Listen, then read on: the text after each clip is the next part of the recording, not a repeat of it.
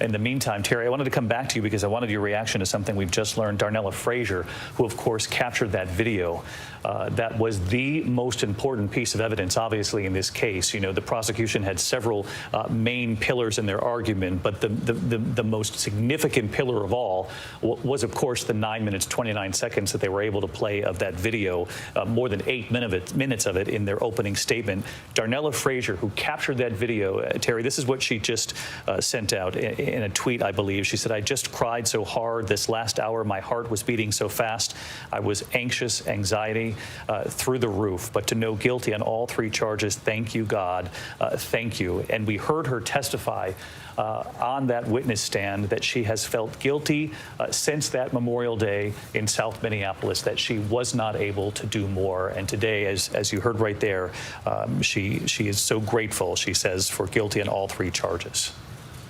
And I think the other witnesses who came forward will also feel some sort of relief. Obviously, we cannot bring George Floyd back, but I think for the other witnesses who said that they wish that they had done more, obviously the fact that they came in and they testified, they made a difference, and the jury heard them loudly and clearly. And it was very smart on the part of the prosecution to bring that back in to his closing statement, because the jury really needed to hear that.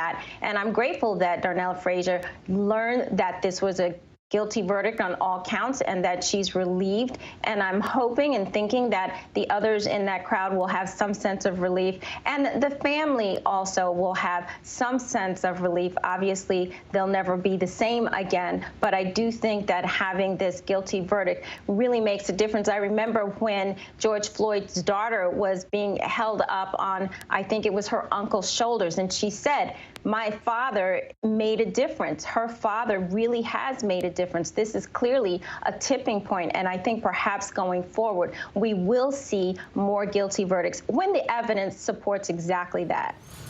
Terri Austin with us from the Law and Crime Network. Terri, thank you, and stick with us here as our coverage continues.